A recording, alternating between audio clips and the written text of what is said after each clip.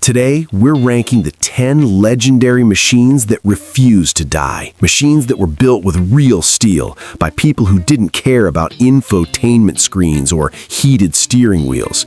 And you'll want to stick around for number 1 because that vehicle isn't just a car. It's actually been banned from sale in certain countries because it was technically too durable for the local markets to handle. You won't believe what it is. Let's get into it. Number 10, the Dodge Ram Charger. If a bald eagle could drive, it'd drive this. In the early models from the late 70s, Dodge decided to take their full-size pickup, shorten the wheelbase, and throw a roof over the back. But here's why it's on this list. Unlike modern SUVs that feel like driving a cloud of cotton candy, those early Ram Chargers gave you a literal pop top. You could unbolt the entire roof from the windshield to the tailgate and give your passengers a 360-degree view of the trail. It's a 318 V8 powered brick that laughs at your lane assist. It's thirsty, it's loud, and it's heavy, but it will still be idling long after your neighbor's electric crossover has been recycled into soda cans. Number 9, the Mitsubishi Pajero Gen 2. In America, we called it the Montero, but everywhere else it was known as the King of Dakar. It won the world's toughest desert rally 12 times. 12! Your modern SUV struggles with a steep driveway in the rain. That's when I realized that we stopped building cars for explorers and started building them for people who are afraid of dirt. The Pajero's Super Select 4WD system was decades ahead of its time. You could shift from 2WD to 4WD at speeds up to 60 miles per hour. It's a precision tool from Japan that was built to survive the Sahara. Number 8, the Chevrolet K5 Blazer. Now this wasn't just a truck, it was a lifestyle. Before the Tahoe became a luxury yacht, the K5 was a shortened Silverado with a removable shell. Back in the 80s, you could buy these with a 6.2-liter Detroit diesel. It wasn't fast. Honestly, a turtle on caffeine could beat it in a drag race, but it would run on anything from diesel to filtered cooking oil if you were desperate. Number 7, the Suzuki Samurai. This is the giant killer. Now I know what you're thinking. People said these things rolled over if you looked at them funny. But here's the catch. That was mostly a hit piece by Consumer Reports that's been debunked for years. In reality, the Samurai is so light it practically floats over mud that swallows 6,000-pound modern trucks. It's simple, it's mechanical, it's basically a street-legal ATV with a heater that actually works. You can fix the entire engine with a basic set of wrenches and a screwdriver. You don't need a computer to tell you why it's not starting, you just look at it. Number 6, the Nissan Patrol Y60. In America, we missed out on this one, and that's a tragedy of epic proportions. While we were getting the Pathfinder, the rest of the world was getting a weapon.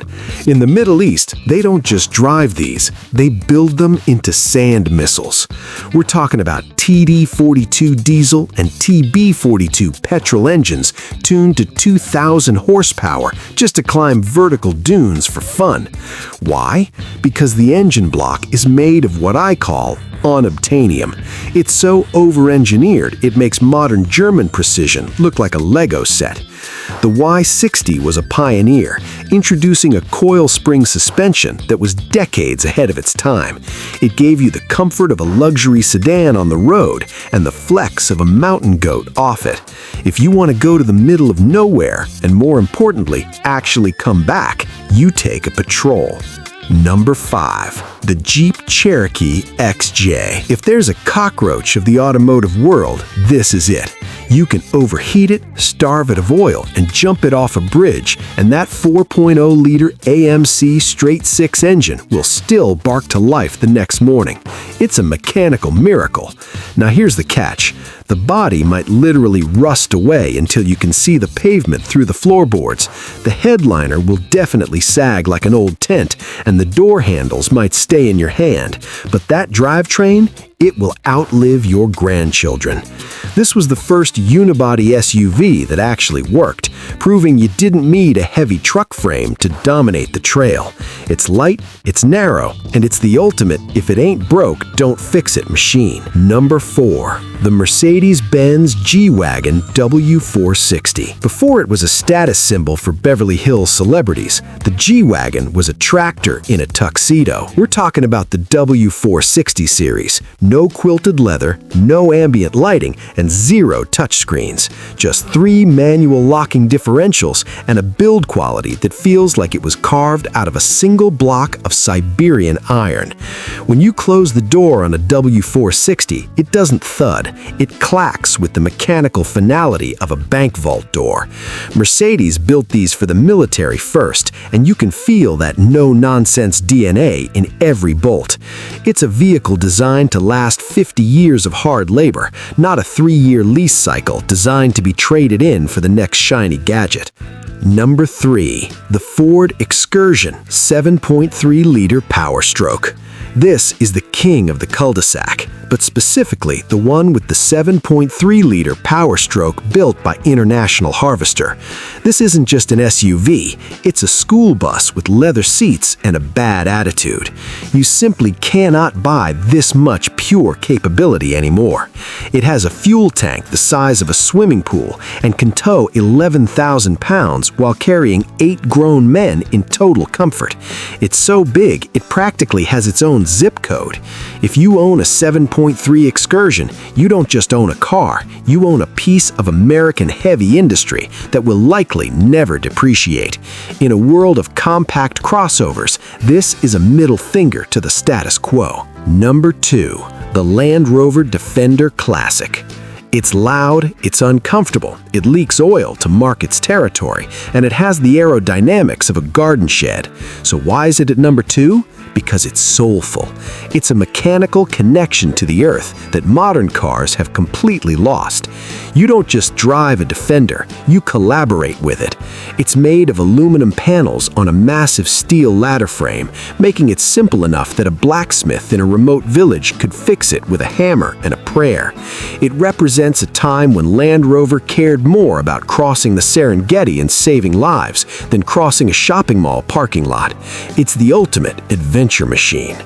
Number 1. The Toyota Land Cruiser 70 series. And finally, the undisputed heavyweight king. Remember that mystery I mentioned? The reason this was banned in some markets? It's because it doesn't meet modern crumple zone or emission standards in the US or Europe. Technically, the frame is so rigid that it fails modern safety tests because in a crash, the other car becomes the crumple zone. Toyota still builds these brand new in 2026 for markets like Australia and Africa, because when your life depends on your vehicle, you don't want a smart SUV. While other companies are adding 15-inch touchscreens, Toyota is still providing manual locking hubs and a factory snorkel. It is the ultimate forever machine, the vehicle that will still be idling long after the last electric car has been recycled into soda cans.